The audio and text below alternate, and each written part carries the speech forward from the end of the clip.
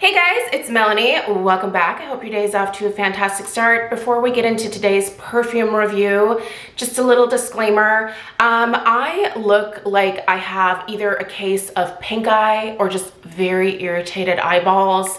They are indeed quite irritated. I live in Oregon amongst the trees. Actually, our backyard is surrounded by both pine trees as well as Doug firs. And these guys are dumping pollen this year like you wouldn't believe. Everything in our yard is currently covered in pollen, and each day just more and more rains down.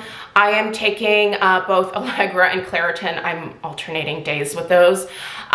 So I'm not dealing with a lot of like the runny nose anymore. I'm not dealing with the itchy, scratchy throat, the coughing, things like that.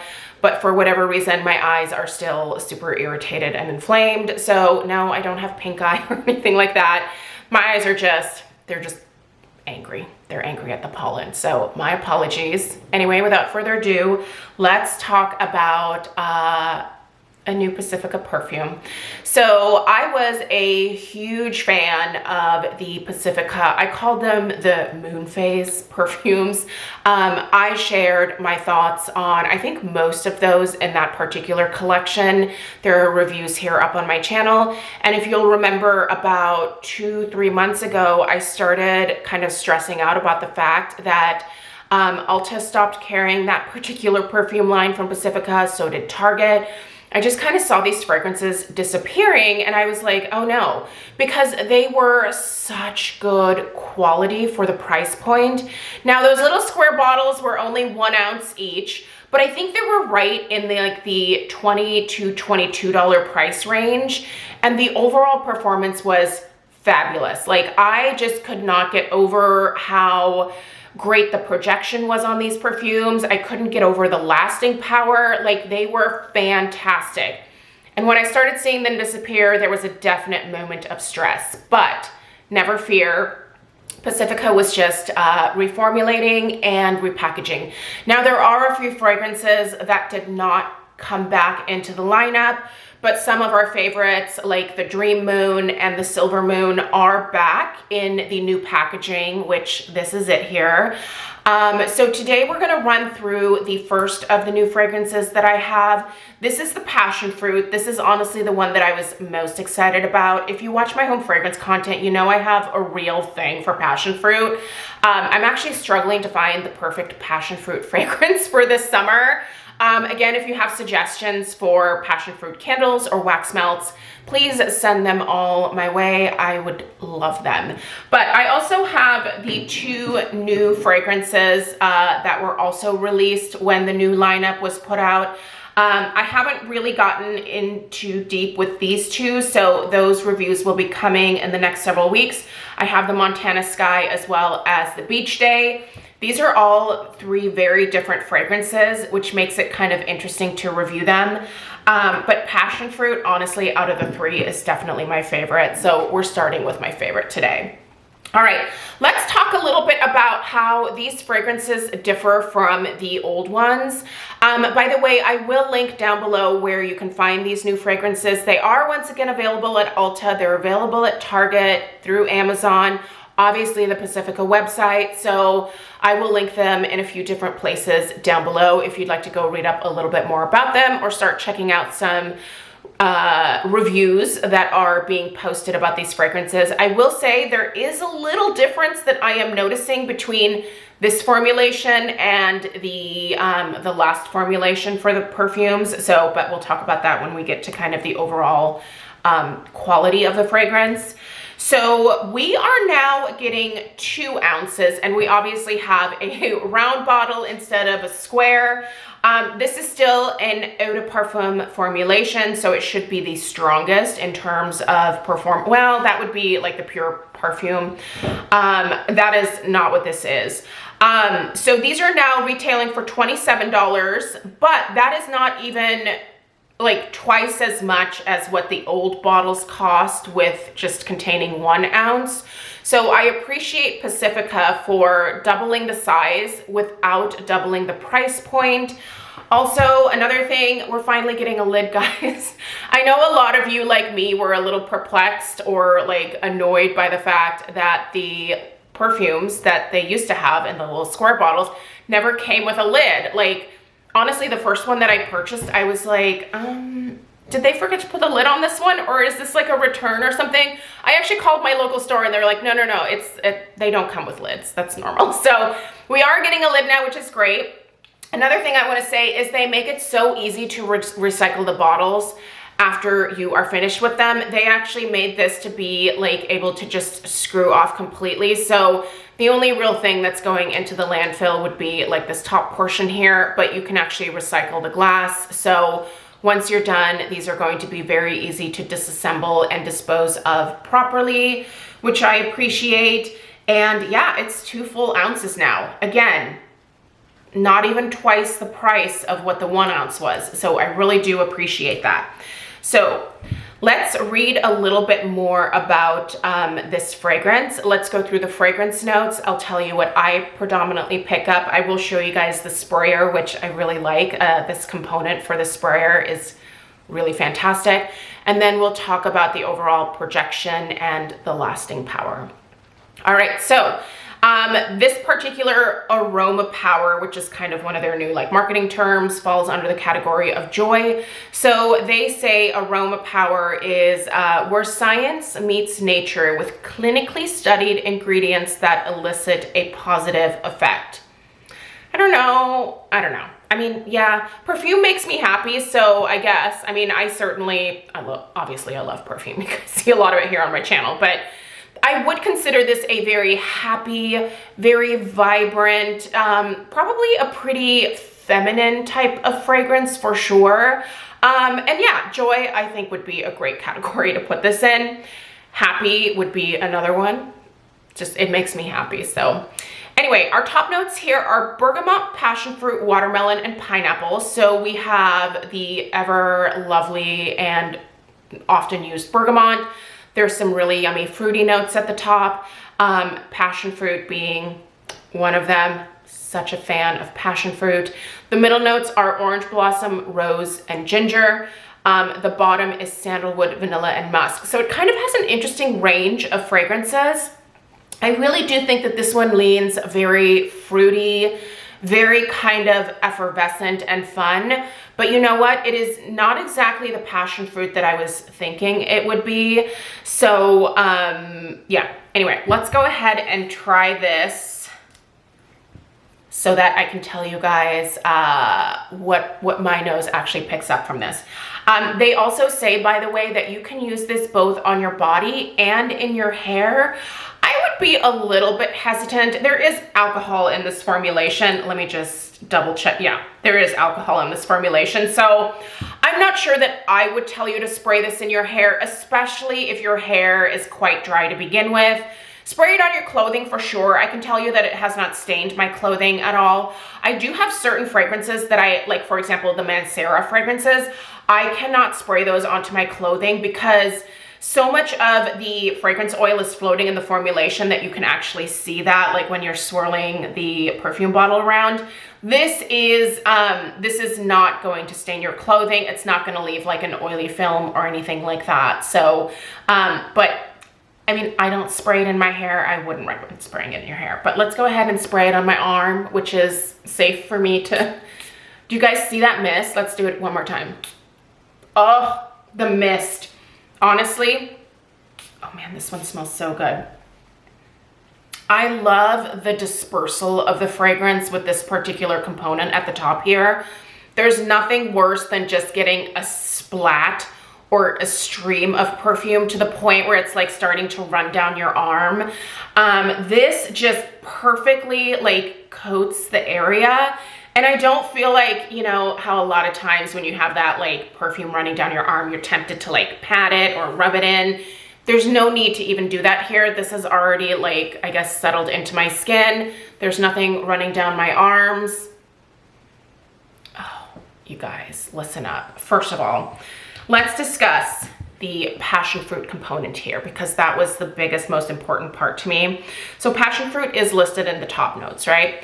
Now, I actually think while this is a very sweet fragrance. It leans much more passion fruit floral than it does like true passion fruit, like fruitiness.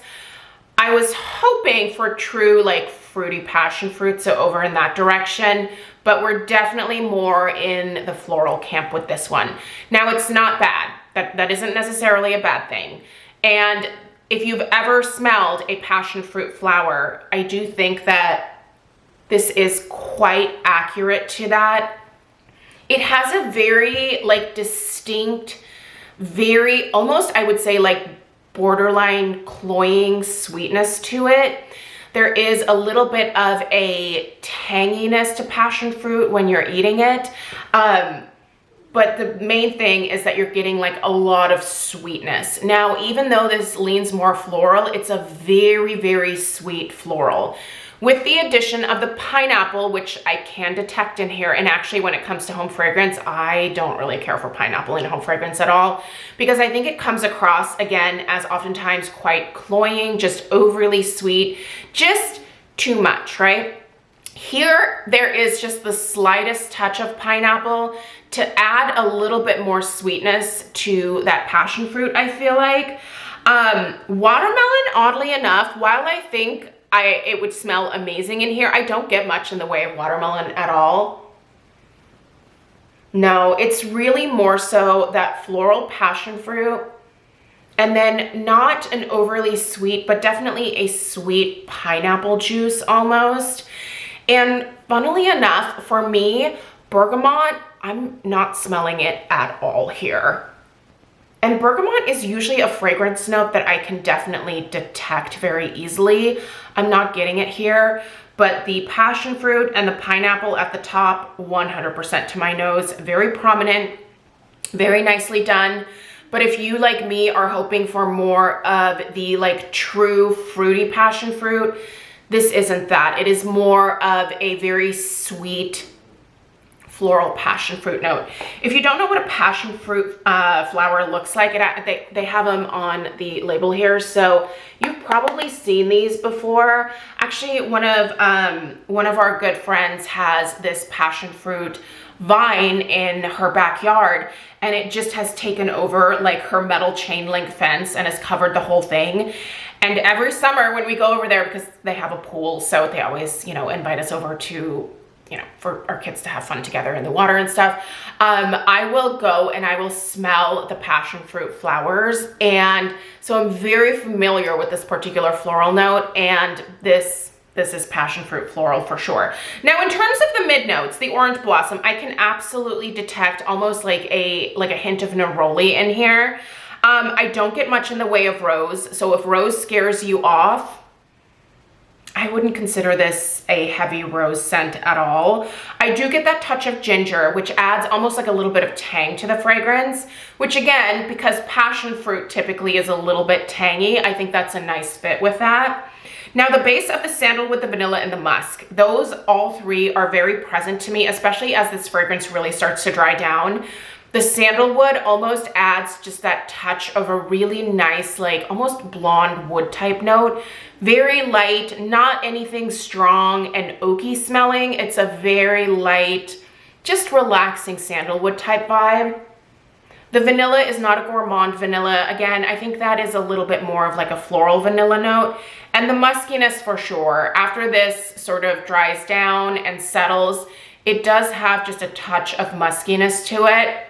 But it pairs well, I think, with the sweet floral notes and maybe keeps those sweet notes from coming across as too cloying. So overall, I smell a lot of the fragrance notes that are listed, but to my nose, this is not a straight up fruit scent, which is, again, more so what I was hoping for, but it's lovely. It is quite lovely. I would definitely recommend checking it out. If you're a fan of passion fruit at all, I think this is worth checking out.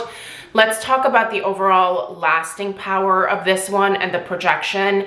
This is where I'm noticing a slight difference. I think with this reformulation here, I am finding myself needing to reapply just a little bit more often than I did with their old formulation. So I don't know how people are gonna feel about that. I haven't gotten too deep into these two. Like, I've worn the Beach Day a few times for sure. The Montana Sky, I think I've only just sprayed on like some paper and smelled. But I have noticed the same with the Beach Day so far. My limited experience is that for the first, I would say like 3 hours, the fragrance lingers really nicely, but it dissipates quite a bit after that 3rd hour mark, to the point where I'm kind of like, did I put perfume on? Like, it really tends to disappear a little bit more quickly. I have found that layering this with a body lotion that maybe shares some similar fragrance notes. So with the passion fruit here, I've been pairing this with the Way St. Bart's body cream that I recently picked up. That's actually a really lovely pairing that has more of like a coconut base to it. And the passion fruit pairs really nicely with that. So if you're looking for a little combo and you have both, I would highly recommend that.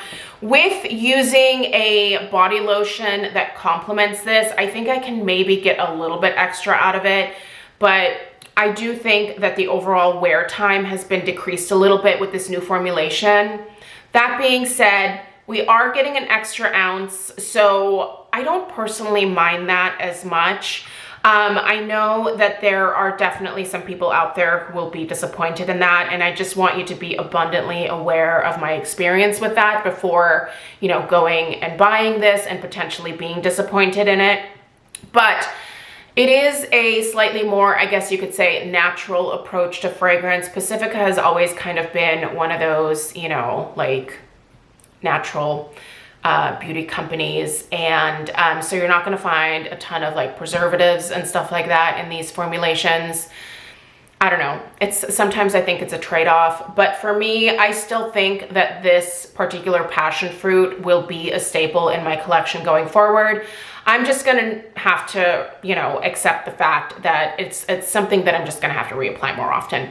But in terms of a really great summertime fragrance that is affordable, this is a great one to check out, you guys. And don't forget, because Pacifica is considered more of like a drugstore brand, you can use those $3.50 or $5 off Ulta coupons on Pacifica products. So make sure you apply that if you have one of those coupons, save a little bit more money.